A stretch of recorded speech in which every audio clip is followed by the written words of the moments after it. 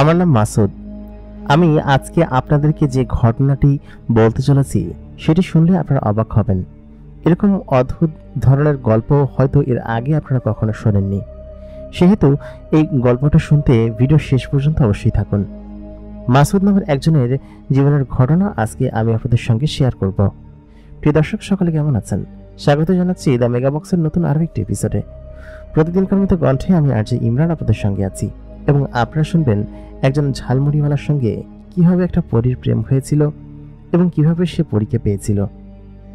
পুরো ভিডিওর সঙ্গে থাকুন এবং আমাদের চ্যানেলটাকে যদি আপনারা এখন পর্যন্ত সাবস্ক্রাইব না করে থাকেন তাহলে এখনই আমাদের চ্যানেলটাকে সাবস্ক্রাইব করে রাখুন। সেই সাথে ভিডিওতে লাইক কমেন্ট করতে অবশ্যই ভুলবেন না। তাহলে চলুন আমরা সরাসরি মাসুদের জীবনের ঘটনায় চলে যাই। আমি মাসুদ, পেশায় একজন ঝালমুড়ি বিক্রেতা। ছোটবেলা থেকে এই পেশাটা বেছে নিইনি, বরঞ্চ বড় হওয়ার পরে সংসার চালানোর জন্য মূলত আমি এই পেশাটা বেছে নিয়েছিলাম। আমার পরিবারের সকলেই আছে, তবে আমার পরিবার চালাতে হলে টুকটাক ইনকাম তো করা লাগবেই। বড় হয়েছে যেহেতু পরিবারে একটু একটু কন্ট্রিবিউশন করা লাগেই। তখন আমার বয়স 18-19 বছর। আমি তখনও বিয়ে করিনি, আর আমার পরিবারে যারা আছে সকলে আমাকে কেমন যেন অন্যরকমভাবে ট্রিট করতো। ছোটবেলা থেকেই আব্বার সঙ্গে মাঠে কাজ করে বড় হয়েছি। মাঠে কাজ করা ছাড়া তেমন কাজ আমি পারতাম না। তবে 15 বছর বয়সে আমার এক চাচাতো ভাইয়ের সঙ্গে আমি আমাদের জেলা শহরে আসি কাজের সন্ধানে। এদিকে ওদিকে টুকটাক অনেক কামলা খাটগিরি করেছি, যেমন রাস্তা তৈরির কাজ করেছি, তারপর মানুষের জমিতে কামলা দিয়েছি, বাড়িতে কামলা দিয়েছি, গাছ কাটার কাজ করেছি।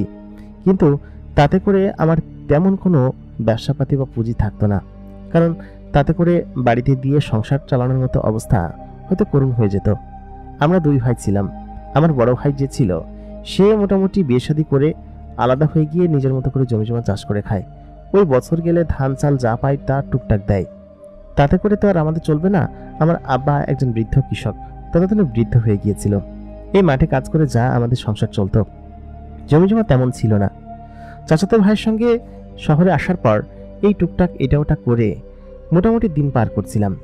আচমকা একদিন আমার মাথায় আইডিয়া আসলো আমার মায়ের রান্না দেখে। আমার মা খুব ভালো মশলা রান্না করতে পারে, যেমন হচ্ছে সে আচার রান্না করে, পাশাপাশি আরও মশলা টশলা বেশ ভালো বানাতে পারে।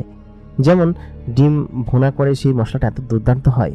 তো সেটা দেখে আমার মাথায় একদিন আইডিয়া আসলো যে এরকম ঝালমুড়ি যদি আমি শহরে গিয়ে বিক্রি করি, সেরকম তো সুযোগ আছে। আমি মাসের ভিতরে প্রায় 10-12 দিন শহরে গিয়ে কাজ করতাম। যেমন আমি ইলেকট্রিকের কাজ করেছি, কনস্ট্রাকশন বিল্ডিংয়ে কাজ করেছি। টুকটাক যেখানে যাই পেতাম তাতেই আমি জুড়ে যেতাম। ওই যে চাচাতো ভাই কাজ করতো ওর সঙ্গে মাঝে মধ্যে যেতাম। তো পরে চিন্তা করলাম যে আমি যদি শহরে এসে একটা ঝালমুড়ির দোকান দেই অথবা ফেরি করে ঝালমুড়ি বিক্রি করি, তাহলে তো আমার বেচা বিক্রি বেশ ভালোই হবে। যেমন চিন্তা ঠিক তেমন কাজ। ওই সময় আমার বয়স 18-19 বছর হবে, আমি আগেই বলেছি। আমি আম্মাকে বললাম, আম্মা আমাকে কিছু টাকা দাও। আম্মা বলল যে আমি কই থেকে টাকা পাবো। আমি বললাম যে এরকম ঝালমুড়ির ব্যবসা শুরু করব। বাড়িতে গিয়ে বসে থেকে আর কি হবে, তার চেয়ে বরঞ্চ শহরে সকালবেলা গিয়ে রাত্রেবেলা চলে আসি, তাতে করে বেশ ভালোই বিক্রি হবে। এখন তো ওই ভ্যান ট্যান বা ওই সমস্ত কেনার টাকা পয়সা নাই, তাতে করে আমার ওইসবের দরকারও নাই। আমি ওই ঝালমুড়ি কিনতে যা যা লাগে তার জন্য টাকা গোছাই, তাহলে তুমি আমাকে এরকম বানিয়ে দিতে পারবা? আম্মা আমাকে বলেছিল যে হ্যাঁ পারবো না কিসের জন্য, সবকিছু এনে দিলে খুব ভালোভাবে বানিয়ে দিতে পারবো। আমি আম্মাকে বললাম তাহলে আজকে একটু টেস্ট করার জন্য তুমি বানাও তো, ঘরে কি ভাজা আছে? ভাজা বলতে আমাদের এখানে চানাচুরকেই ভাজা বলা হতো। আমি তখন দোকান থেকে 5 টাকা দিয়ে 1 প্যাকেট চানাচুর, ওই গ্রামের চানাচুর যেরকম হয় আর কি, আর টুকটাক ছোলা বুট যা যা লাগে সবকিছু আম্মাকে বানাইতে বললাম। আমার মা সেগুলো সব বানালো। বানানোর পর সে মুড়ি মাখালো। আমার আম্মার হাতে আসলে জাদু আছে। সেই মুড়ি খেতে এত দুর্দান্ত হলো যে সকলে চেটেপুটে খেলো। সাধারণত বাড়িতে আমরা মুড়ি টুড়ি বানাইলে কিরকম বানাই, ওই মরিচ পেঁয়াজ কেটে ওইরকম ভাবে আমরা খাওয়া শুরু করি সরিষার তেল দিয়ে মাখায়া। কিন্তু আম্মা যে মশলাটা তৈরি করেছে সেটা ছিল অন্য অত্যন্ত দুর্দান্ত, যা কিনা আমার কাছে ভীষণ ভালো লেগেছে। পরবর্তীতে প্রায় 15 দিন আমি একটানা কাজে গেলাম আমার চাচাতো ভাইয়ের সঙ্গে। যদিও প্রায় দিনই কাজ পাওয়া যেত না, ওই কাজ থাকতো, বেশ মেহনত করে আমি টাকা পয়সাগুলো জমালাম এবং জমিয়ে যা যা করা লাগে আর কি, যেমন একটা বড় শ্রেণী লাগবে, তারপর মুড়ি কেনা লাগবে, মশলাপাতি যা যা সবকিছু কেনা লাগবে, পাশাপাশি এই টুকটাক আরও অনেক জিনিস মিলে আমার মোটামুটি ওই টাকার ভিতরে একটা ফেরি করার মতো যে মুড়ি বানায় সেই মুড়ি হয়ে গেল আর কি। পরবর্তীতে চিন্তা করলাম যদি এই মুড়ি আমি বড় করে দিতে যাই তাহলে আগে বিক্রি বাড়াতে হবে, সেরকমটা চিন্তা করলাম এবং শহরে এসে আমি তখন বিক্রি শুরু করলাম। প্রথম প্রথম যেহেতু শহরে এসে আমি এরকমটা করিনি, সেহেতু একটু দেরি হতো আমার বানাতে। আমি প্রথমে একটা স্কুলের সামনে গিয়ে বসার সিদ্ধান্ত নিলাম, তবে শহরের ভিতরে যে এরকম পলিটিক্স হয় সেটা আমি জানতাম না। যেখানে বসলাম আধা ঘন্টার মতো বিক্রি করলাম, বেশ ভালোই বিক্রি হলো, আমি বেশ খুশিও হয়ে গিয়েছিলাম। কিন্তু আচমকা কিছু লোক এসে আমার কাছে টাকা দাবি করলো, বললো এখানে বসতে হলে টাকা দিতে হবে। আর অন্যান্য ঝালমুড়িওয়ালারা বা অন্যান্য ফেরিওয়ালারা যারা সব বিক্রি করে তারাও মূলত হচ্ছে আমাকে এক প্রকার ধমকি ধমকি দিতে শুরু করলো, বললো যে এখানে বসতে পারবি না, হ্যান ত্যান। তো যে আমার কাছে এসে টাকা চেয়েছিল সে বললো প্রত্যেকদিন বসলে এত টাকা দিতে হবে। তো ওই টাকা যদি আমি তাকে এরকমভাবে এখানে দিয়ে যাই তাতে করে তো আমার কোনো আয় রোজগার বাড়বে না, বরঞ্চ আমার যা হবে তা দিয়ে এই যাতায়াতের ভাড়া বা ওই খরচার লাভ উঠবে একদম সামান্য। আমি তখন সেখান থেকে ওইটা নিয়ে চলে আসলাম। কারণ হচ্ছে কোনো জায়গায় ফিক্সড বসতে গেলেই এরা নানানভাবে জেগে বসবে। আমি যেটা করলাম ওই জিনিসপাতিগুলো হাতে নিয়ে ফেরি করে তখন বিক্রি করতে শুরু করলাম। ফিক্সড কোথাও বসার স্থান নেই, তবে মাঝে মধ্যে বিভিন্ন স্কুলের সামনে গিয়ে ওই অল্প সময়ের জন্য বসতাম। কারণ হচ্ছে যারা বিক্রি করতো তারা এমনিতে খ্যাচখ্যাচ করতো আগে থেকে যারা আছে, অনেকে গাড়ি নিয়ে বসেছে, আবার অনেকের টুকটাক দোকান আছে, তারা এরকম নিয়ে বসেছে। এতে করে আমার ওরা সবসময় হুমকি দামকি দিতে, বলতে এখানে বসতে পারবি না, হ্যান ত্যান। তো যাই হোক, এরকম করেই মোটামুটি আমার চলছিল। এখানে বসতাম, ফেরি করে নিয়ে যখন যে চাইতো তখন তাকে দিতাম। তো যেই একবার আমার মুড়ি খেত, আমার সিস্টেম ছিল অন্যরকম। সাধারণত মানুষ কোন বানিয়ে তারপর তার ভিতর মুড়ি দেয়, আমি বাড়িতেই ঠোঙ্গা বানাতাম। কারণ আমি দেখেছি যে অনেক জায়গায় ঠোঙ্গাতে দেয়, সে চিন্তা করে আমি ঠোঙ্গা বানালাম এবং সকলের থেকে আলাদাভাবে যেরকমভাবে দেওয়া যায় সেরকম চিন্তা করলাম। তো যেই আমার মুড়ি খেত সেই আমার সিস্টেম দেখে বেশ পছন্দ করত। যেমন সাধারণত মানুষজন মুড়ির ভিতরে কি দিত, এই টুকটাক মশলা টশলা যা লাগে, আমি আমার মায়ের শুধুমাত্র একটা রেসিপি দিতাম, সেটা খেয়েই মানুষজন একদম মুগ্ধ হয়ে যেত। এবং ঠোঙ্গার ভিতরে যাতে করে খেতে পারে তাতে করে প্লাস্টিকের চামচ পর্যন্ত দিতাম। আমার খরচ হয়ে অনেকটা লাভ থেকে যেত, যার কারণে মানুষজন আমার মুড়ি খেলে বেশ পছন্দ করত। সমসাময়িকতে এমন হয়ে গেল যে কিছুদিন চলার পর আমি রেগুলার তো কোনো জায়গায় বসতাম না, তবে সদর হাসপাতালের সামনে, স্কুলের সামনে এই টুকটাক জায়গায় টুকটাক বসতাম। যারা একবার আমার মুড়ি খেয়েছে তাদের সঙ্গে দ্বিতীয়বার দেখা হলে তারা ছুটে আসতো আমার কাছে খাওয়ার জন্য এবং বলতো যে ভাই তুমি কি নির্দিষ্ট কোনো জায়গায় বসো না, তোমাকে তো খুঁজে পাওয়া যায় না, এই কতদিন পর আজকে পেলাম এখানে। আমি বললাম না মামা, আমি এরকমই করে বেড়াই, কারণ আশেপাশে কোথাও বসতে দেয় না কেউ, আর এরকম ফেরি করে বেড়ানো ছাড়া আমার আর কোনো উপায় নেই। ফিক্সড আর আমার তো একটা ভ্রাম্যমান দোকান, এটা নিয়ে তো আমি মাথায় করে নিয়ে বিক্রি করে বেড়াই, এটা ছাড়া কোনো কিছু করার নেই। আমি গ্রাম থেকে আসি, যতটুকু বিক্রি হয় তারপরে এগুলো নিয়ে চলে যাই। তো সে বললো তোমার গ্রাম কোন জায়গায়? আমি প্রথমে বলতে একটু ইতস্তত বোধ করছিলাম, তারপর বললাম, বলো কি যে আচ্ছা তা তো বেশ খানিকটা দূর আছে, সেখান থেকে প্রত্যেকদিন এসে এরকমভাবে বিক্রি করো? আমি বললাম হ্যাঁ, এখানে মোটামুটি ভালো বিক্রি হয়, তবে যা হয় তাতে আমি খুশি, মোটামুটি ভালো একটা লাভ থেকে যায়। আগে তো একদমই কামলা খাটতাম, এটা ওটা করতাম, তবে এখানে বেশ ভালো একটা লাভে বিক্রি করছি, তাতে করে কোনো সমস্যা হয় না আমার। একথা বলতে তিনি বললেন আচ্ছা ঠিক আছে। তো এই পর্যন্ত যাদেরকে আমি মুড়ি দিয়েছি তারা সকলেই আমার প্রতি একটু সন্তুষ্ট হয়েছে। যাই হোক, আমি সেটার কথা নাই বললাম, প্রায় টানা 6-7 মাস এরকম আমি বিক্রি করছি এবং মোটামুটি আমার ব্যবসা ভালোই রান হওয়া শুরু করেছে। তো ওই সময়টাতে ছিল হচ্ছে শীতকালের সময়। তো শীতকালের সময়টাতে আবার আমাদের এলাকায় বা আমাদের ওই অঞ্চলে মাহফিল বেশি হতো। তো আমি রাত্রের টার্গেট করতাম যে বিকালবেলা যেখানে মাহফিল হয় সেখানে যাব এবং গভীর রাতে ফেরা হতো আর কি, কারণ ওই সময় বেশ ভালো বিক্রি হতো। দেখা যেত কি যে সারাদিন ওই শহরে ফেরি করে বেরিয়ে যা বিক্রি না হতো, ওই মাহফিলে একদিন গেলে তার থেকে বেশি বিক্রি হতো। তো আমি চিন্তা করলাম যে এই মাহফিলকে আমি টার্গেট করব। তো ঠিক তেমনই হলো। তো আমি যেখানে, আমাদের গ্রাম যেটা ছিল তার গ্রাম থেকে প্রায় 8-10 কিলোমিটার দূরে একটা জায়গা ছিল, সে জায়গায় অনেক বড় মাহফিল হয়, অনেক বড় করে সাজানো হয় এবং বলা হয় যে আমাদের জেলার সব থেকে বড় মাহফিল নাকি এখানে হয়, 2 দিন ব্যাপী এখানে হয়। তো আমি সিদ্ধান্ত নিলাম যে আমি এইখানে গিয়ে মুড়ি বিক্রি করবো এবং আমার একটা নির্দিষ্ট জায়গা আমাকে বসাতে হবে জিনিসগুলো। তো তখন ততদিনে আমি হচ্ছে কি একটু ভালো উন্নত করেছি এবং আমার যে ঝালমুড়ি ছিল তো সেগুলো নিয়ে মূলত হচ্ছে আমি ওই দিনকে যেতাম এবং চলে আসতাম রাত্রেবেলা, যেহেতু 2 দিন ব্যাপী মাহফিল ছিল। তো আমি ওদিনকে বিকেলবেলা সমস্ত কিছু জিনিস নিয়ে গেলাম এবং নিয়ে ওই যে আগে থেকে জায়গা নির্ধারণ করে আসতে হয়, তো আমি আমার জায়গা নির্ধারণ করে আসলাম, তবে একটু দেরিতে গিয়েছিলাম বলে একটু সাইডের দিকে পেলাম আর কি জায়গা। তো যাই হোক, প্রথম দিন মাহফিল হয় হচ্ছে গিয়ে 12টা পর্যন্ত, তারপরের দিন প্রায় ফজরের আজান পর্যন্ত হয়, কারণ দ্বিতীয় দিন হচ্ছে বড় বক্তা আসে। তো সেই দিনকার ঘটনা, এবং ওই দিনকে আচানকভাবে এরকম ঘটনাটা আমার সঙ্গে ঘটে যায়। তো আমি যেখানে বসেছিলাম সেখানে আমি বেশ ভালোভাবে মুড়িটা বিক্রি করলাম। তো প্রথম দিন যেহেতু একটু জমজমাট ছিল, আমেজ ছিল, একটু বেশি করে নিয়ে গিয়েছিলাম। তো মোটামুটি কায়দায় বেলা রাত 11:30-12টা পর্যন্ত বিক্রি করলাম। তো ততক্ষণে চারিদিকে কুয়াশা দিয়ে ভরে গিয়েছে এবং মাহফিলের যেহেতু শীতকাল, এরকম কুয়াশার পড়তেছে ওই সময়টাতে। তো আমি চিন্তা করলাম যে এখন এরকমভাবে এখানে থাকলে আর বিক্রি ব্যাপারটা হবে না, কারণ বিক্রি ব্যাপারটা তখন কমে গিয়েছিল অনেকটা 10টার পর থেকে। তবুও আমি 11টা পর্যন্ত ছিলাম।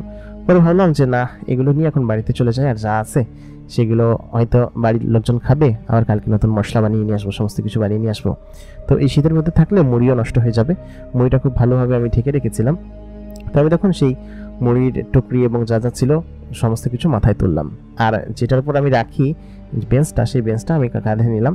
নিয়ে তখন গিয়ে আমি হাঁটতে শুরু করলাম, কারণ এই রাত্রেবেলা এখন ভ্যান পাওয়াটা একটু দুষ্কর বিষয়। তবে রাস্তায় একটু সামনে গেলে হয়তো ভ্যান পাওয়া যেতে পারে বাজারের ভিতরে। তো আমি বাজার পর্যন্ত এগিয়ে গেলাম। তো চারিদিকে তখন এত পরিমাণ কুয়াশা এবং এই পরিমাণ সামনে কিছু দেখা যাচ্ছে না যে আমি তখন কি করব কিছু ভেবে উঠতে না পেরে আশপাশে তাকাচ্ছি। পুরো বাজারে কোনো ভ্যান গাড়ি নেই, কোনো কিছু নেই, আর যারা আগে এসেছিল তারা আগে আগে চলে গিয়েছে। তো এরকম একটা রাত্রবেলায় 8-10 কিলোমিটার হেঁটে আমাকে বাড়ি যেতে হবে, এটা ভাবলে কেমন যেন লাগতেছে, কারণ এগুলো নিয়ে আমি কখনো হেঁটে যাই না। হেঁটে হয়তো বেড়াই, কিন্তু এতদূর পর্যন্ত হেঁটে যাব সেটাই আমি বুঝতে পারছিলাম না যে কী করবো এটা নিয়ে। তখন আমি ওইটা আমাদের যে মূল শহর ছিল, মূল শহর থেকে একটু কাছেই। তো সেহেতু আমি ভাবলাম যে আজকে শহরের দিকে গেলে হয়তো গাড়ি পাওয়া যেতে পারে, তবে শহরের গাড়ি কিন্তু এই রাস্তা ধরেই আসে। আমি মেন রাস্তায় গেলে হয়তো গাড়ি ঘোড়া পাবো, সেটাই ভাবতে লাগলাম। তো আমি ওই ছোট রাস্তা দিয়ে মেন রাস্তায় ওঠার জন্য আস্তে আস্তে হাঁটতে শুরু করলাম। হয়তো 1 কিলোমিটার মতো হেঁটে মেন রাস্তা পর্যন্ত যেতে হবে। তো আমি তখন ওই রাস্তাতে হাঁটতে শুরু করলাম। চারদিকে কুয়াশা, আমার হাতে একটা টর্চ লাইট ছিল। তো ওই মুহূর্তে আমি যখন ওদিক দিয়ে যাচ্ছিলাম, ঠিক তখনই পেছন থেকে কেউ আমাকে ফলো করছে সেটা বোঝা যাচ্ছে, কারণ অনেকটা পথ হেঁটে আসছি, কেউ পেছন পেছন আসছে সেটা বোঝা যাচ্ছে। অন্ধকারে কুয়াশায় খুব একটা তাকে স্পষ্ট বোঝা যাচ্ছে না। তো আমি বারবার পেছন ফিরে তাকাচ্ছি, কিন্তু কাউকে দেখা যাচ্ছে না। তো ওই মুহূর্তে আমি সেখানে একটা বটগাছ ছিল এবং খুবই পুরাতন বটগাছ, এবং গোল করে বাধাই করা বসার জন্য জায়গা ছিল এবং একটা মোড় আর কি। তো সেখানে ভাবলাম একটু বসি, কারণ হাত লেগে গিয়েছিল এবং খুব অন্যরকম লাগছিল। ক্ষুধাও লেগেছিল খানিকটা, বাড়ি থেকে যা খাবার এনেছিলাম না, একটা দিকে খেয়ে ফেলেছি, আর এখন একটু ক্ষুধাও লেগেছে। তো আমি সেখানে বসলাম। বসার পর আমার দেখলাম যে অনেক মশলা রয়েছে। তো এই মশলা তো নিয়ে গেলে বাড়িতে ওদেরকে দিয়ে দিতে হবে, আর আমি প্রথম দিনে মশলা দিয়ে দিন চালাই না। তো পরে ভাবলাম যে একটু মুড়ি মাখিয়ে খাই, কারণ একটু ক্ষুধা লেগেছে। সেই 8টার দিকে খাবার খেয়েছি, 7টা-8টার দিকে। তো তখন আমি সেই মুড়িগুলো মাখাতে শুরু করলাম, মেখে আমি খাচ্ছি। তো মুড়ির ঘ্রাণগুলো এমন অদ্ভুত ছিল যে আমার নিজের নাকে আসলে আমার তখন ভালো লাগতো। তো সেই মুহূর্তে আমি খেয়াল করলাম যে পেছন থেকে কেউ একজন উকি দিচ্ছে। তো কে উকি দিচ্ছে সেটা বুঝলাম না। আমি পেছনে তাকিয়ে লাইট মেরে ভাবলাম হয়তো শিয়াল টেয়াল হবে, কারণ এই মাঠে শিয়াল টেয়াল আছে, আর এখানে বেশিক্ষণ বসে থাকা যাবে না, মেন রাস্তা পর্যন্ত যেতে হবে। আমি তখন দ্রুত খেতে শুরু করলাম। তো সেই মুহূর্তে আমি খেয়াল করলাম যে আমার মুড়ির পাশে কেউ একজন আমাকে ডাক দিয়ে বললো কি যে আপনি কি খাচ্ছেন, খুব সুন্দর ঘ্রাণ তো। এইটা শুনে তখন আমি ভয়ে চমকে উঠলাম, চমকে আশেপাশে তাকাতে শুরু করলাম। তখন ভাবতে পারছি না যে কে আমার আশেপাশে আছে। আমি এরকম আজব কণ্ঠ এর আগে শুনিনি, মেয়ে নাকি ছেলের কণ্ঠ বোঝা যাচ্ছিল না। তখন আমি উঠে দাঁড়িয়ে বললাম কে? কেউ কোনো উত্তর দিচ্ছিল না। আমি তখন দ্রুত গতিতে সেগুলো গোছাতে লাগলাম। ঠিক তখনই আমি আমার পেছনে দেখলাম সাদা জামা পরিহিত, সাদা বোরকা আর কি পরিহিত একটি মেয়ে আমার পেছনে দাঁড়িয়ে আছে। ওইটা দেখে তখন আমি ভয়ে প্রায় পড়েই যাচ্ছিলাম। তবে তখন এখানের ইটটা ধরে আমি নিজেকে সামলালাম। সামলে আমি বললাম কি যে আপনি কে, এবং আপনি এখানে কি করছেন? কারণ এত রাত্রেবেলা এরকম গহীন একটা জায়গায়, আশপাশে ঘরবাড়ি, একটু দূরেই ঘরবাড়ি, এখানে এই জায়গাটা একটু ফাঁকা, তো এইখানে এ কি করছে? তখন আমি বললাম যে আপনি এখানে কি করছেন? রাত তখন 12টার বেশি হবে, আমি সময় খেয়াল করিনি। তো সে তখন বললো যে আপনি যে জিনিসটা খাচ্ছেন সেটা খুবই সুস্বাদু, আমার কাছে নাকে ঘ্রাণ আসলো, সেজন্য আমি এখানে এসেছি। আমি বললাম যে নাকে ঘ্রাণ আসছে, আপনি কে এখানে, আর আপনি এত এখানে কি করছেন একটা মেয়ে মানুষ হয়ে? তো সে তখন বলল যে আমার এটা খেতে ভালো লাগবে, খুব সুন্দর ঘ্রাণ, আপনি কি এটা আমাকে খাওয়াবেন? আমি বললাম কি যে ঠিক আছে, কিন্তু আপনি, মেয়েটা কোনো কথা না বলে বললো কি যে আপনি আমাকে খেতে দিন, আপনি এত কথা বলছেন কিসের জন্য? তারপর আমি চুপি চুপি ভয়ে ভয়ে সেখানে বসলাম। সেখানে বসে পেঁয়াজ মরিচ কাটছিলাম আর মুড়ি বানাচ্ছিলাম আর তার দিকে তাকাচ্ছিলাম বারবার। তো যাই হোক, আমি বানিয়ে একটা প্লেটে করে তার দিকে যখন এগিয়ে দিলাম, সে প্লেটটা হাত বাড়িয়ে নিল। প্লেটটা যখন হাত বাড়িয়ে নিল, তার হাতের উপরেও তখন নাকাব পরা ছিল। তো সেই হাতটা নিল আমার কাছ থেকে, প্লেটটা নিল, নিয়ে তখন সে যখন চামচ দিয়ে খেতে যাবে তখন তার মুখের উপরে যে নাকাবটা ছিল সেটা সরালো। তো ওই মুহূর্তে আমি তার দিকে তাকিয়ে, তখন ভয় পাবো নাকি অন্য কোনো কিছু পাবো আমি জানি না, আমি তার দিকে তাকিয়ে হতভম্ব হয়ে যাই। কারণ মেয়েটি ছিল একদম স্বর্গের অপ্সরার মতো সুন্দরী এবং তার মুখ দিয়ে এক ধরনের আলো বের হচ্ছিল, যে আলোটা সাধারণত কোনো মানুষের শরীর দিয়ে এরকমভাবে বের হয় না। সে হিজাবটা সরাতেই তার চেহারার ভিতর থেকে যেন 18 ওয়াল্টের বাল্বের টিউবলাইটের মতো তার মুখ জলজল করছে এবং সে এই পরিমাণ সুন্দরী। সে তখন সেই এক চামচ নিয়ে গালে নিল। তার দাঁতগুলো ছিল একদম সাদা ধপধপে। সে সেটা খেতে শুরু করলো। খেয়ে বলল, খুবই মজাদার তো। আমি বললাম যে হ্যাঁ, এটা আমার মা তৈরি করে, তো আমার মায়ের হাতে জাদু আছে। তখন সে বলল, খুবই মজাদার খেতে, আমার কাছে খুব ভালো লেগেছে। তারপর সে প্রায় পুরো প্লেট তড়িঘড়ি করে খেয়ে ফেললো। আমি বললাম কি যে এখন কি আমি যেতে পারি? সে বলল কি যে আমাকে আরো কিছু বানিয়ে দিন। তারপর আমি এক এক করে বানাতে শুরু করলাম। যতগুলো মশলা ছিল এক এক করে সমস্ত মশলা দিয়ে সে প্রায় 10 থেকে 12 প্লেট, আমি হিসাব করিনি, সবগুলো প্লেট সে খেয়ে ফেললো এবং ওইটুকুই মশলা বাকি ছিল। তো খাওয়া শেষে আমি বললাম কি যে মশলা শেষ হয়ে গিয়েছে। তখন মেয়েটি বলল যে কি বলছেন, আমার তো আরো খেতে ইচ্ছে করছে, এরকম সুস্বাদু খাবার আমি জীবনে কোনোদিন খাইনি, আমার কাছে খুব ভালো লেগেছে, আমাকে কি আবার খাওয়াতে পারবেন আপনি? আমি বললাম যে হ্যাঁ পারবো, কিন্তু আপনি এত রাত্রেবেলা এখানে কি করছেন, আর আপনি কে? এ কথা বলতে মেয়েটি তার মুখের নাকাব সরিয়ে বলল কি যে আমি কি সেটা তোমার জানা লাগবে না, তুমি খাওয়াতে পারবে কিনা সেটা বলো। আমি বললাম হ্যাঁ পারবো, কিন্তু আপনাকে আমি পাবো কোথায়? সে বলল কি যে তুমি এখানে এসো। আমি বললাম কি যে আমি তো এখানে প্রত্যেকদিন আসি না, আমি শুধুমাত্র আগামীকালকে আসবো, তারপরের দিন থেকে আমি অন্য কোথাও চলে যাব। সে তখন বলল যে আচ্ছা ঠিক আছে, তুমি যেখানেই যাও আমি তোমার কাছে মুড়ি খেতে যাব, তবে হ্যাঁ আমি কিন্তু সকলের সামনে যাই না, আর যখন তুমি একা থাকবে তখনই যাব, ঠিক আছে? আমি বললাম কেন, সেটা কেন? সে বলল কি যে আমি সেটা বলতে পারবো না, তুমি এখন যাও। আমি বললাম কি যে আমার টাকা? মেয়েটি বলল কিসের টাকা? টাকা আবার কি হয়? আমি বললাম যে এই জিনিসটা খেয়েছেন সেটার মূল্য দিবেন না? মেয়েটি তখন বলল এখন তো আমার কাছে দেওয়ার মতো কিছু নেই, তবে আমি আপনাকে পরে দিয়ে দিব। তাই বলে সে আমার চোখের সামনে থেকে মানে চলে গেল, পেছন দিকে সরে গেল, সে কুয়াশার ভিতরে মিলিয়ে গেল, মানে এক প্রকার অদৃশ্য হয়ে গেল। আমি তাকে সামনে গিয়ে খুঁজে পেলাম না। লাইট মেরো, তখন মাটির ভিতর থেকে কুয়াশা নেমে আসছে, দূর থেকে শিয়াল ডাকছে। আশ্চর্য তো, এরকম একটা মেয়ে এরকম অন্ধকারের ভিতরে কোত্থেকে আসলো এবং অন্ধকারে কোথায় চলে গেল? তার হাতে তো কোনো লাইট দেখলাম না। আমি তখন ভয়ে সেগুলো গুটিয়ে দ্রুত রাস্তার কাছে চলে গেলাম। রাস্তায় যেতেই 5 মিনিট দাঁড়াতেই একটা সিএনজি পেলাম, যেটা আমাদের বাড়ির দিকে যাচ্ছিল। সিএনজিতে আমি উঠে বসলাম। সে বলল কিছু ডাবল ভাড়া লাগবে। আমি বললাম ভাই ডাকাতি করতেছেন? সে বলল যে কিছু করার নাই, চলেন। তারপর যা হোক 20 টাকার ভাড়া 40 টাকা দিলাম, দিয়ে তারপর আমি আমার বাড়ির সামনে নামলাম। ততক্ষণ আমার বাড়ির সবাই ঘুমাই গেছে। আমি মাকে ডাকতে মা দরজা খুললো। তারপর বললো কি যে কি রাতে দেরি হলো কিসের জন্য? আমি বললাম মা মাহফিল বোঝো না, একই শহরের বিক্রি, যে বিক্রি করে 6টা-7টা চলে আসলাম। তো মা বললো আচ্ছা ঠিক আছে, যা ঘরে যা, ঘরে গিয়ে খেয়ে দিয়ে নে। তো আমি তখন ঘরের ভিতরে গেলাম, গিয়ে তখন আম্মা খাবার দিল, আমার ক্ষুধা লেগেছিল বললাম। তো খাবার টাবার খেয়ে আম্মাকে বললাম যে আম্মা আজকে, তারপর ভাবলাম কি যে না থাক, বলার দরকার নেই, যা হয়েছে আমার মধ্যেই থাকুক। সে বললো কি যে কি হয়েছে? আমি বললাম আজকে ভালো বিক্রি হয়েছে, সব শেষ হয়ে গিয়েছে, আর কালকে একটু বেশি করে দিও তো, ঠিক আছে? কালকে হচ্ছে গিয়ে শেষ দিন, তো কালকে একটু বেশি বিক্রি হবে, আর আমি আগে আগে যাবো, দুপুর 3টার দিকে যাব, একটু বেশি করে বানাইও। আম্মা বললো কি আচ্ছা ঠিক আছে। তারপর আমি খেয়ে দিয়ে নিজের বিছানায় শুতে গেলাম। তো বিছানায় যেয়ে আমার বারবার শুধুমাত্র এই মেয়েটার কথা মনে হচ্ছিল, কারণ মেয়েটা ছিল আমার বয়সী এবং অত্যাধিক সুন্দরী একটা মেয়ে, এবং সে আমাকে যেভাবে বলছিল যেন আমাকে তার দিতেই হবে এরকম একটা কথা।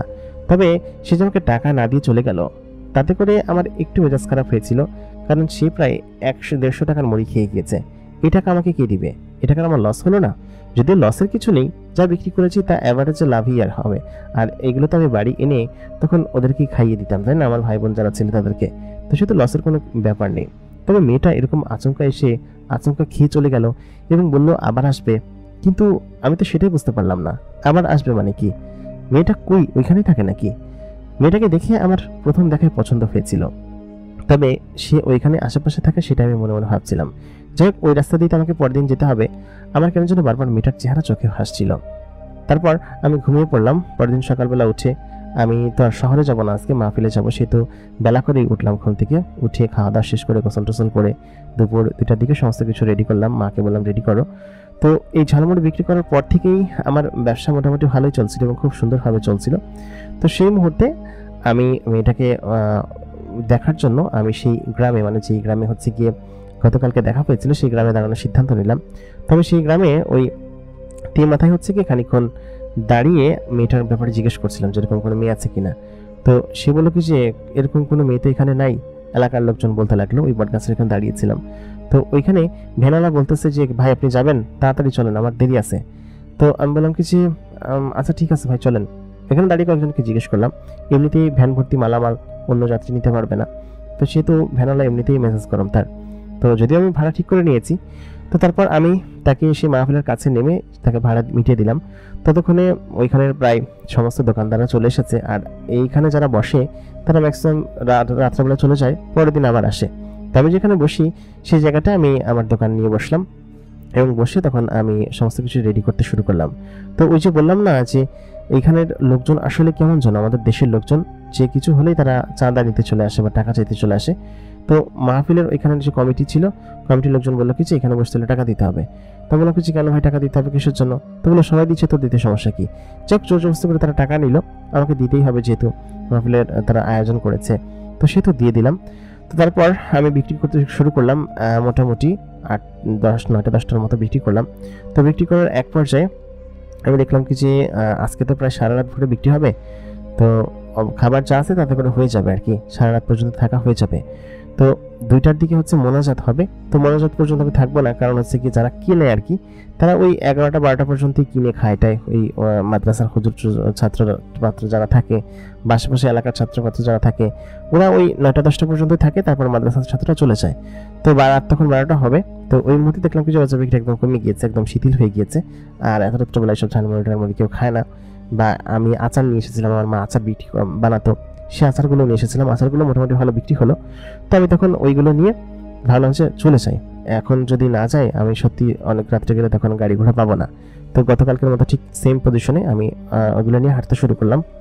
তো আমি গতকালকের কথা ভাবলাম যে মেয়েটা কি সত্যি আজকে আসবে, ওইখানে গিয়ে বসলে যদি আসে, সেটাই ভাবলাম আমি। তবে সেখানে গেলাম, যাওয়ার পর সেখানে আমি সেই বটগাছের গোড়ায় বসলাম, যদি আমাকে হেঁটেই আসতে হবে। আর হেঁটে এখানে এত রাত্রেবেলা ভ্যানও পাওয়া যাবে না, কারণ ভ্যান ট্যান সব চলে গিয়েছে, আর যারা রিজার্ভ ভ্যান নিয়ে এসেছে তারা তাদের মতো করেই যাবে। তবে তখন সেই ওইখানে গিয়ে বসলাম, বসার পর বেশ খানিকক্ষণ বসলাম। তো বসার পর আমি তখন ভাবলাম যে না হয়তো এখানে ও আসবে না, আর তখন শিয়াল টিয়ালও ডাকতেছিল, ভয় লাগতেছিল আমার।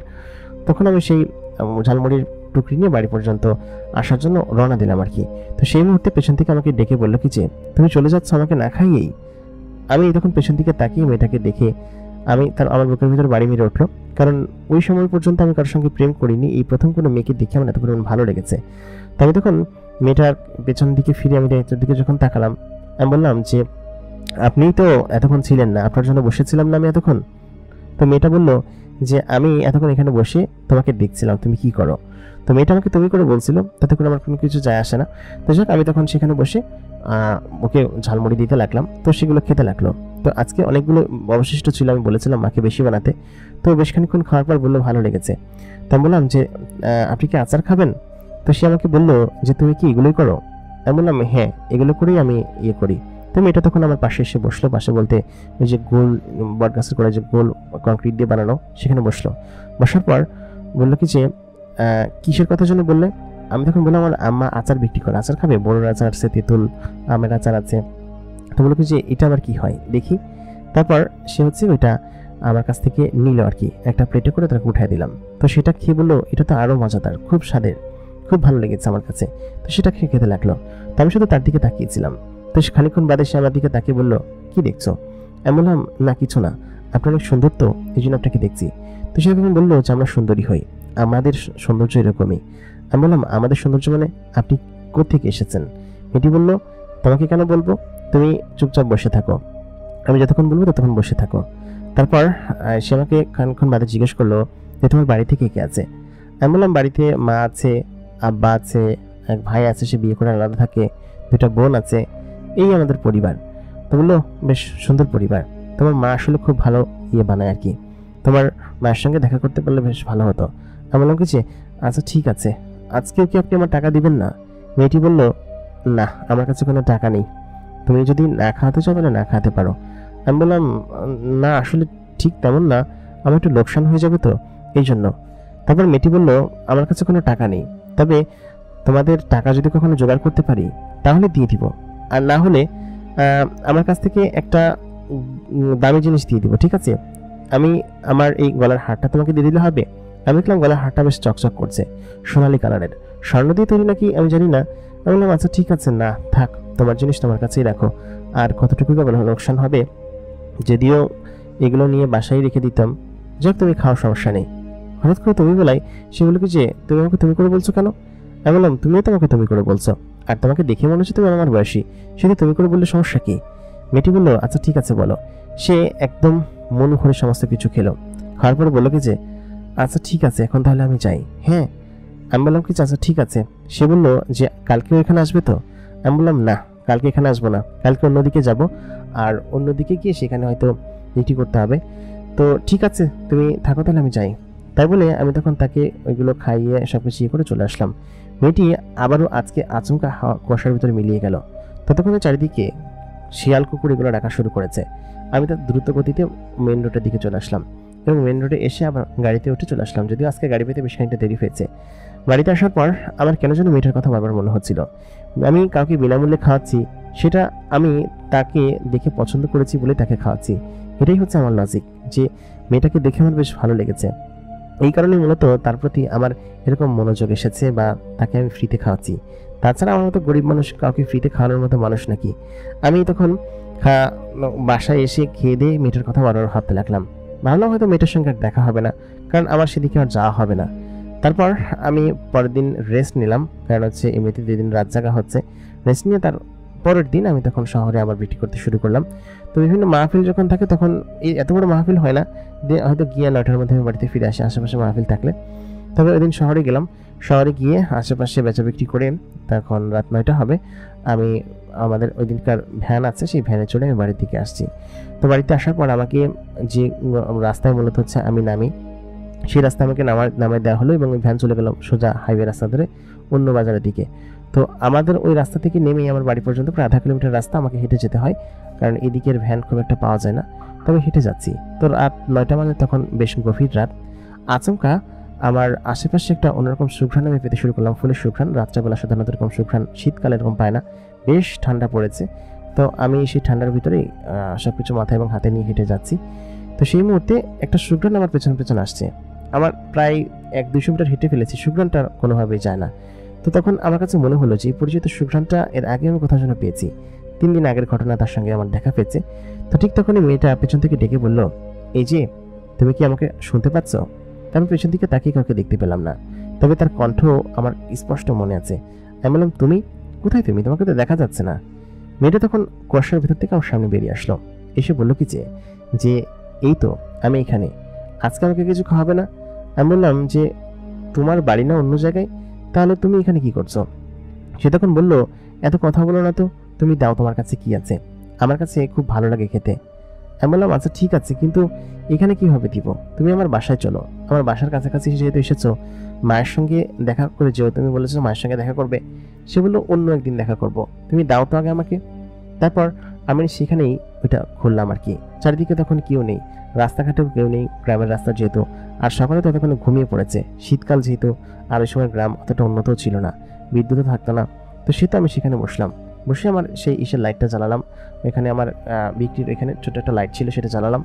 জ্বালানোর পর তখন হচ্ছে কি আমি তাকে দিতে শুরু করলাম, এবং সে খেতে শুরু করলো। আচার টাচার সমস্ত কিছু খেলো, খেয়ে বললো কি সে আমার কাছে খুব ভালো লেগেছে, হ্যাঁ আজকে আমি চাই তাহলে।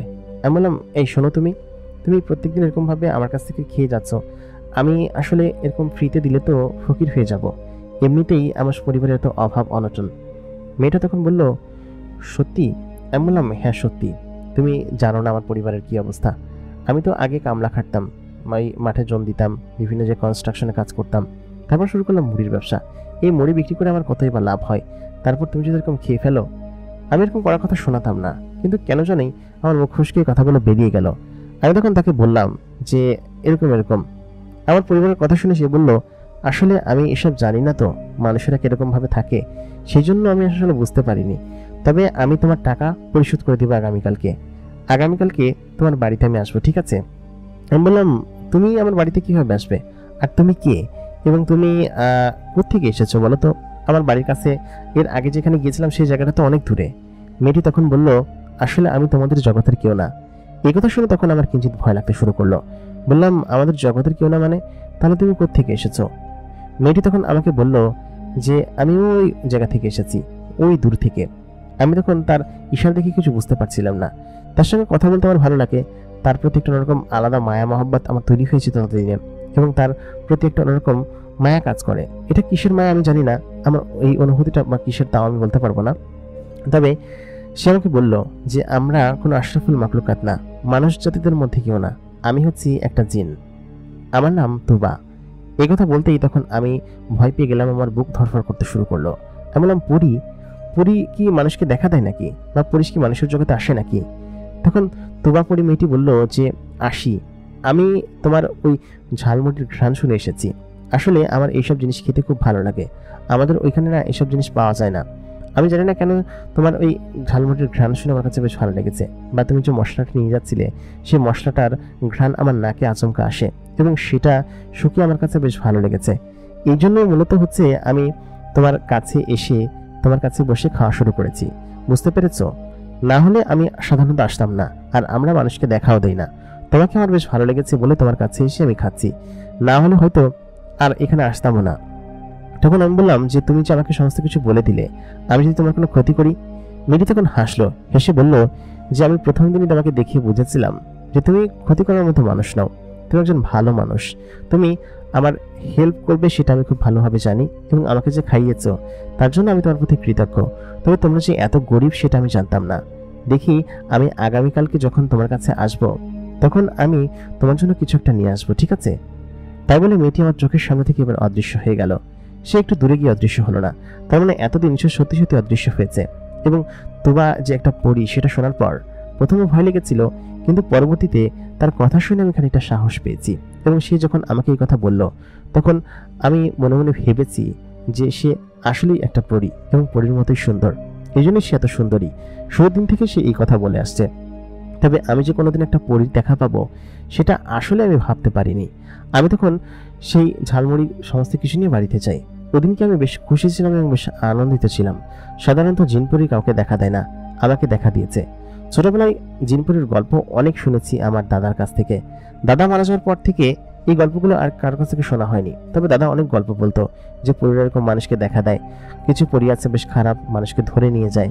আবার কিছু পরী আছে বেশ ভালো, ওরা মানুষের হেল্প করে, মানুষকে অনেক কিছু দেয়। তো আমি তখন পরীটার প্রেমে পড়ে গিয়েছি আগে থেকেই, যেহেতু তার সঙ্গে আমার 4-5 দিন ধরে এরকম ভাবে দেখা হচ্ছে। এর আগে 2 দিন দেখা হয়েছে, 3 দিন পরে আবার আজকে দেখা হলো। তো তার প্রতি একটা রকম টান আমার আছে। আর ওই বয়ঃসন্ধি কাল ছিল সেহেতু ওর প্রতি একটা রকম ভালো লাগা আমার কাজ করেছিল। আর ও এর পরের দিন আসবে সেটা ভেবেই ওই দিনকে রাত্রে আমার কেন যেন ঘুম আসছিল না, বেশ অন্যরকম লাগছিল। তো যাই হোক, ওইদিনকে দেরি করে ঘুম থেকে উঠলাম, প্রায় 10টার দিকে সমস্ত কিছু জিনিস নিয়ে বের হলাম। সারা দিন আমি হচ্ছে গিয়ে এটা ওটা করে বিক্রি করেছি, এবং সন্ধ্যার পর 7টা-8টার দিকে যখন আমি ফিরবো, তো ফেরার পথে আমি তখন মনে মনে চাইছিলাম যে ও আমাকে ডাক দিক বা আমাকে দেখুক। তবে ও বলেছে যে আমরা মানুষের ভিতরে যাই না, মানুষের কাছে যাই না। তো আমি ভাবলাম যে হয়তো ওর সঙ্গে রাস্তায় দেখা হবে না, কোনো ফাঁকা জায়গায় গিয়ে দেখা করতে হবে। তো তখন আমি সেটাই করলাম।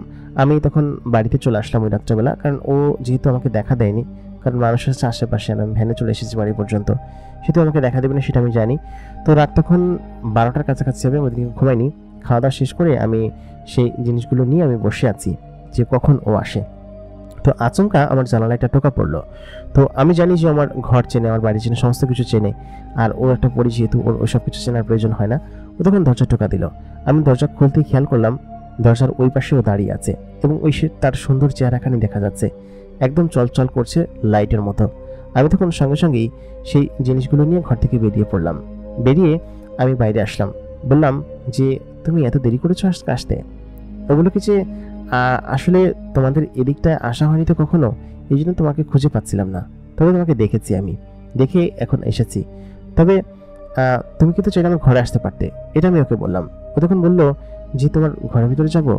আসলে মানুষের ঘরে কখনো যাইনি তো আমি, গেলে কেমন হবে সেজন্য আমি তোমাকে বাইরে রেখেছি। আমি আমাদের ঘরের পেছনে এখানে একটা বাগান ধরনের জায়গা ছিল, সেখানে আমি ওই সমস্ত কিছু জ্বালিয়ে তাকে ওইটা দিতে লাগলাম এবং সে একটু একটু করে খেতে লাগলো। খাওয়ার পরে ও বললো কি যে, শোনো, আমি তোমার জন্য কিছু নিয়ে এসেছি, দেখবা? আমি বললাম যে কি নিয়ে এসেছো দেখি। তারপর ও ওর পকেট থেকে একটা থলে বের করলো। থলের ভিতরে বেশ কিছু মিষ্টি ছিল। ও বললো কি যে, এই নাও, আমি তোমার জন্য মিষ্টি নিয়েছি, তুমি বলেছিলে না যে তোমার জন্য কিছু নিয়ে আসতে। আমি বললাম যে কিন্তু এটা। ও বললো কি যে, কথা বলে না, দেখি হা করে তো আমি তোমাকে মিষ্টি খাইয়ে দিই। তারপর ও নিজের হাতে সেখান থেকে মিষ্টি নিয়ে আমাকে খাইয়ে দিল। মিষ্টিগুলো ছিল অত্যাধিক সুস্বাদু। এরকম সুস্বাদু মিষ্টি আমি জীবনে কোনোদিন খাইনি এবং খুবই চমৎকার স্বাদ ছিল। দেখে মনে হচ্ছে কোনো ছানা দিয়ে তৈরি বা কোনো দুধ দিয়ে তৈরি। আমি বললাম, এটা কি মিষ্টি? ও তখন বললো, এটা আমাদের এখানে বেশ ভালো মিষ্টি, আমরা তো খুব মিষ্টি খেতে পছন্দ করি, এই জন্য এই মিষ্টিগুলো আমি তোমার জন্য নিয়ে এসেছি আমাদের বাড়ি থেকে। মিষ্টিগুলো খুব সুন্দর না? আমি বললাম যে হ্যাঁ, খুব সুন্দর এবং খুব ভালো লেগেছে আমার কাছে। আমার কাছে খুবই দামি এই জিনিসটা। মেয়েটি বললো, দামি কেন? আমি বললাম, তুমি দিয়েছো সেই জন্য। তুমি এত সুন্দর হয়ে আমার মতো একজন গরিব ছেলের সঙ্গে তুমি কথা বলছো, এটা আমার কাছে কেমন যেন অন্যরকম লাগছে। পরিমেয়েটি তখন বলল, গরিব বড় লোক আবার কি? তুমি মানুষ, আমি জিন জাতি, এটাই আমাদের পরিচয়। গরিব ধনী বললে তো কোনো কিছু হয় না, তাই না? তারপর সে আমার হাতে একটা জিনিস এগিয়ে দিল, বললো কি যে, এটা তুমি রাখো। দেখলাম কি যে একটা আংটি। আমি বললাম, এই আংটি দিয়ে আমি কি করবো? ও বললো কি যে, এই আংটিটা আমি তোমার জন্য নিয়ে এসেছি, দেখো এটা খুব দামি, তুমি বললে না যে তোমাকে কিছু দিতে হবে, তোমার লোকসান হচ্ছে। আমি বললাম, না, সেটা তো কালকে এমনিতেই বলেছিলাম, সত্যি আমার লোকসান হচ্ছে না, তোমাকে খাওয়াতে পেরে বরং আমার কাছে খুব ভালো লাগছে। ও তখন বললো, আচ্ছা ঠিক আছে, তবুও তুমি আংটিটা নাও, উপহার স্বরূপ আমি তোমাকে দিলাম, দেখি তোমার হাতে লাগবে। তাই বলে আমার হাতটা খপ করে ধরে বসলো। আমার হাত তো কালো এবং অন্যান্য সাধারণ 5টা হ্যান্ডসাম ছেলের মতো না। ও হাত ধরতে আমি যখন ইতস্তত বোধ করলাম, তবে ওর কোনো ইতস্তত বোধ নেই। ও আমাকে ধরে তখন আমার হাতে আংটিটা পরিয়ে দিল, বললো, সুন্দর না? আমি বললাম, হ্যাঁ সুন্দর এবং খুব ভালো। তারপর ও আমার পাশে বসে গল্প করতে লাগলো, বললো কি যে, তোমরা এখানে কি করো? তোমাদের এইখানটা খুব সুন্দর লাগে আমার কাছে, আমি মাঝে মধ্যে আসি, তবে আমার আব্বা হুজুর আসতে দেন না, তিনি বলেন যে মানুষটা নাকি খারাপ হয়। কই, তুমি তো খারাপ না, তুমি তো বেশ ভালো, আমার সঙ্গে তো ভালোভাবে কথা বলছো, আমাকে কখনো বকা দাওনি বা আমার কোনো ক্ষতি করার চেষ্টা করনি। আমি বললাম যে মানুষটা খারাপ হয়, তবে আমি ভালো না খারাপ জানি না, তুমি আমাকে ভালো বলছো, তাহলে আমি ভালোই, ঠিক আছে? পরিবারটি বললো, হ্যাঁ তুমি বেশ ভালো, তুমি আমার বন্ধু হবে? আমি বললাম, হ্যাঁ, কেন হব না, তুমি আমার কাছে এসো, যখনই আসবে তখনই আমি তোমাকে খেতে দিব, ঠিক আছে? আর ও বললো কি, আচ্ছা ঠিক আছে, আমি তোমার জন্য বিভিন্ন জিনিস নিয়ে আসবো। তাই বলে ও চলে গেল। চলে যাওয়ার পর বললো কি যে, কালকে ঠিক এই সময় আমি আবার এখানে আসবো, তুমি আমার জন্য সবকিছু প্রস্তুত রেখো, ঠিক আছে? আমি বললাম, জি আচ্ছা ঠিক আছে। তারপর ও চলে গেল। তো ও আজকে আমার বন্ধু হয়েছে, আমাকে একটা আংটি উপহার দিয়েছে, ওর নিজের ব্যবহার করা আংটি। তো সেটা দেখে আমার কাছে এত ভালো লাগছিল যে আমি সত্যি সত্যি ওর প্রেমে পড়ে গিয়েছি এবং ওকে আমি ভালোবেসে ফেলেছি, সেটা আমার বলা বাহুল্য। কারণ ওই যে ভালোবাসার আগের মুহূর্ত কিন্তু আমরা টের পাই না, কোনোভাবে টের পাই না, ভালো লাগা থেকে কিন্তু ভালোবাসাটা চলে আসে। তো ওর প্রতি আমার সেরকম ফ্যাসিনেশন ছিল, সেরকম টান ছিল। তো পরের দিন থেকে আমি সবসময় আনন্দিত থাকতাম। আমি মুড়ি নিয়ে গিয়ে বিক্রি করা শুরু করলাম এবং আমাকে প্রায় শহরের অনেকেই চিনত, প্রত্যেকেই আমার মুড়ি খাওয়ার জন্য পাগল। আমি পরবর্তীতে সিদ্ধান্ত নিলাম যে একটা ফিক্সড জায়গায় বসবো, যেখানে বসলে মানুষজন আমাকে খুঁজে পাবে এবং ব্যবসাও বাড়বে। তো আমি ঠিক সেরকম জায়গায় একটা ফিক্সড জায়গা দেখে আমি বসা শুরু করলাম এবং চাঁদা টাদা যা লাগে তখন আমি তাদেরকে দিতাম। কারণ হচ্ছে কি, একটা ফিক্সড জায়গায় বসলে তখন মানুষ আমাকে চিনবে এবং আমার মুড়ি খেতে আসবে। তো এই প্রায় 8 মাস ধরে আমি বিক্রি করছি। এই 8 মাসের ভিতরে সকলেই আমাকে প্রায় চিনে এবং আমার মুড়ি খেতে অনেক দূর দূরান্ত থেকে তখন আসা শুরু করলো মানুষজন। বললো কি যে, মামা আপনি খুব ভালো মুড়ি বানান। তো আমি তখন ওইখানে বসে এরকমভাবে ব্যবসা করছি এবং রাত্রেবেলা এসে আমার তুবার সঙ্গে প্রত্যেকদিন দেখা হতো এবং প্রত্যেকদিন তুবা আমার কাছ থেকে এরকম ঝালমুড়ি খেত, আচার খেত। তারপর আমি ঘরে কিছু রান্না হলে সেগুলোর জিনিস নিয়ে খাওয়াতাম। আমি বলতাম আমার মায়ের হাতে জাদু আছে। তো তুবা বলতো যে, আমি তোমার মায়ের সঙ্গে দেখা করব, তোমার মা এত সুন্দর রান্না করে, তোমার মায়ের সঙ্গে দেখা করে তারপর আমি তোমার মায়ের হাতের খাবার খাবো। আমি তখন ওকে বলতাম, আচ্ছা ঠিক আছে, তোমাকে আমি চলো আজকে নিয়ে যাই। ও বললো কি যে, আজকে না। এরকম করে তোমার সঙ্গে আমার প্রায় প্রত্যেক দিন দেখা হতো, প্রায় দিনই আসতো না, তবে ওর জন্য অপেক্ষা করতাম এবং ওকে যে আমি মনের গভীর থেকে এত পরিমাণ ভালোবেসে ফেলেছি সেটা আমি বলতে পারবো না, বা সত্যি আমি নিজেও জানতাম না যে এত পরিমাণ ভালোবেসে তাকে ফেলবো। প্রায় 2 মাস যাবত তোমার সঙ্গে আমার দেখা হয়। আমি প্রত্যেক দিন শহর থেকে দ্রুত বাড়িতে ফিরে যাই ও কখন আসবে সেটা জানার জন্য। এবং আমি শহরে বেশিক্ষণ থাকি না, 7টা পর্যন্ত থেকে তখন চলে যাই আমি। তো আমার ওর প্রতি একটা অন্যরকম টান, অন্যরকম অনুভব ছিল যা কিনা সেটা আমার মনের ভিতরে ছিল। তখন আমার বয়স কিন্তু বেশি না, ওরকম 20 বছর হবে হয়তো। তো ওই মুহূর্তে কাউকে ভালোবেসে ফেলা আসলে খুবই আনন্দের বিষয়, এবং আমি তোমাকে ভালোবেসে ফেলেছিলাম। তো আমার কাছে প্রত্যেকদিন আসতো, গল্প করতো, আমার হাত ধরতো, আমাকে মিষ্টি দিত, আমাকে মিষ্টি খাইয়ে দিত। আমাদের মধ্যে নানান খুনসুটি হতো, আমি ওর সঙ্গে দুষ্টুমি করতাম, ও আমার সঙ্গে দুষ্টুমি করতো। তো এরকম করে সময় চলছিল। তো একদিন আমার কাছে তোমার একটা আসলো, মানে তোমার আসলো সেই রাত্রেবেলা। তো আমি খেয়াল করলাম তোমার সঙ্গে তার পেছনে একজন লোক দাঁড়িয়ে আছে। লোকটা বিশাল আকৃতির এবং মুখে বেশ ঘন কালো লম্বা দাড়ি, এবং লোকটার মাথায় পাগড়ি পরা। লোকটা প্রায় 6 ফিটের বেশি লম্বা হবে। সে তোমার সঙ্গে এসেছে। তো তাকে দেখে আমি ভয় পেয়ে গেলাম। তখন তুবা বলল কি যে, আরে তুমি ভয় পেও না, উনি হচ্ছেন আমার বাবা, উনি আমার সঙ্গে আজকে এসেছেন। আমি তোমাকে ওনার কথা বলেছি না, তোমার কথা বলেছি ওনাকে। তো উনি তখন বলেছে যে তোমাকে হেল্প করবে, এবং সেজন্য উনি এসেছেন। তো তখন তিনি আমার সঙ্গে কথা বলতে শুরু করলো। লোকটার কণ্ঠ এত ভরাট এবং এত মোটা ছিল, সে একটা জিন। এর আগে আমি কোনোদিন জিন দেখিনি। লোকটা তখন বলল যে তুমি আমার মেয়েকে খাইয়েছো, তার জন্য আমি বেশ কৃতজ্ঞ তোমার প্রতি। আমার মেয়ে তো তোমার এই ঝালমুড়ি, তারপরে কি খাবার দাও, এগুলো খাওয়ার জন্য পাগল। আমাকে তোমার কথা প্রায়ই বলে, তবে আসার সুযোগ হয় না। আজকে সুযোগ হয়েছে তোমার আসার, এবং তুমি আজকে আমাকে খাওয়া, তো দেখি জিনিসটা কেমন। তো তখন আমি তাকে খাওয়ালাম। খাওয়ানোর পর সে জিনিসটা খেলো, এবং খাওয়ার পর বললো, আসলে তুমি বেশ মেহনতি, এবং তোমার এটা আমি বড় করতে সাহায্য করব। তোমার যত টাকা পয়সা বা অর্থকড়ি লাগে সেই জিনিস আমি দিব। তাই বলেই তার গলা থেকে একটা মালা খুলে আমাকে দিল। মালাটা কিসের জানি না, তবে তিনি আমাকে বললেন, এটার বেশ দাম হবে। তুমি এই জিনিসটা দোকানে বিক্রি করে তারপর যা টাকা হবে সেটা দিয়ে তুমি আশা করি বেশ ভালো একটা দোকান দিতে পারবে মুড়ির, এবং তুমি চাইলে ব্যবসা করতে পারবে। আমি বললাম, না না না, এটার দরকার নেই। সে তখন আমাকে এক প্রকার ইনসিস্ট করতে শুরু করলো, এবং বললো যে না না না, তুমি নাও, তুমি আসলে বেশ ভালো এবং মেহনতি একটা ছেলে, তোমার পরিবারের উন্নতি প্রয়োজন আছে, তুমি এটা নাও, ঠিক আছে? আর আশা করি আমার মেয়ে তোমার কাছ থেকে এতদিন যা যা খেয়েছে তার জন্য তুমি তাকে। আমি বললাম যে আঙ্কেল, আপনি এই কথা বলবেন না দয়া করে, আসলে আমি তাকে খুশি হয়ে খাইয়েছি, আর এটার কোনো বিনিময় হয় না। জিন লোকটি তখন আমাকে তাই বললো, বললো কি যে আসলে এটার কোনো বিনিময় আমি তোমাকে দিতে পারবো না, তবে আমার মেয়ে যদি তোমার কথা বলে সেহেতু সমস্যা নেই, তুমি হচ্ছে কি তাহলে থাকো, আজকে আমরা যাই। তাই বলে উনি চলে গেল তার মেয়েকে নিয়ে। বললো কি যে আচ্ছা ঠিক আছে, আমি যাই। তুবা তাই বলে এখান থেকে বাই বলে চলে গেল। তো তোমার মনে কি আছে সেটা আমি জানি না, না জেনেই আমি তাকে এটা বলতে পারি না। তো তার বাবা এরকম বিশাল দেহি একটা জিন, সেটা দেখে আমার তখন ভয় লাগলো। বললাম যে মনে মনে ভাবলাম যে না, তোমাকে সরাসরি বলা যাবে না কোনো কিছু। ও যদি নিজে থেকে আমাকে বলে যে আমাকে পছন্দ করে, তাহলে একমাত্র বলবো। তো ভালোবাসাটা একতরফা নাকি দুই তরফা আমি জানি না, তবে তোমার আচরণ এবং সমস্ত কিছু দেখে মনে হয় যে ও আমাকে ভালোবাসে, কারণ ও আমার সঙ্গে এসে ঢলাঢলি করে, আমার সঙ্গে ফাজলামি করে, এমনকি আমার ঘরের ভিতরে এসে বসে থাকে, গল্প করে, আমার খাটের উপর শুয়ে থাকে। তো সব মিলিয়ে ওর এরকম আচরণ দেখে মনেই হবে যে আমাকে ভালোবাসে এবং আমি ওকে ভালোবাসি, কিন্তু ওই মুহূর্তে আমি ওকে কথাগুলো বলতে পারছিলাম না। তার পরের দিন আমি সেই জিনিসটা নিয়ে গেলাম হচ্ছে এক দোকানে যাওয়ার পর তিনি বললেন যে আচ্ছা ঠিক আছে, এই জিনিসের এই কয় টাকা পাবে। আমি বললাম কত টাকা? সে তখন বলল যে এটা তো মোটামুটি দামি একটা জিনিস, তোমাকে আমি 2 লাখ টাকা দিতে পারবো, এর বেশি হবে না। তুমি জিনিস কই থেকে পাইছো? তো আমি বললাম এটা হচ্ছে আমার দাদার জিনিস, আমার দাদা আমার মাকে দিছিল, তো জরুরি প্রয়োজন, দেখেন বিক্রি করা যায় কিনা। তো তিনি যখন বললেন আচ্ছা ঠিক আছে, তুমি এই টাকার বেশি পাবা না, তুমি টাকা নিয়ে তারপর যাও। তারপর ওনারা সেটা কিনে নিলেন। তো 2 লাখ টাকা পেয়ে তখন আমি বেশ খুশি। ওই সময় 2 লাখ টাকার বেশ দাম ছিল, এবং আমার যে ঝালমুড়ির ব্যবসা বড় করার যে বিষয়টা, সেটা হয়তো বেশ ভালোভাবে চলতো।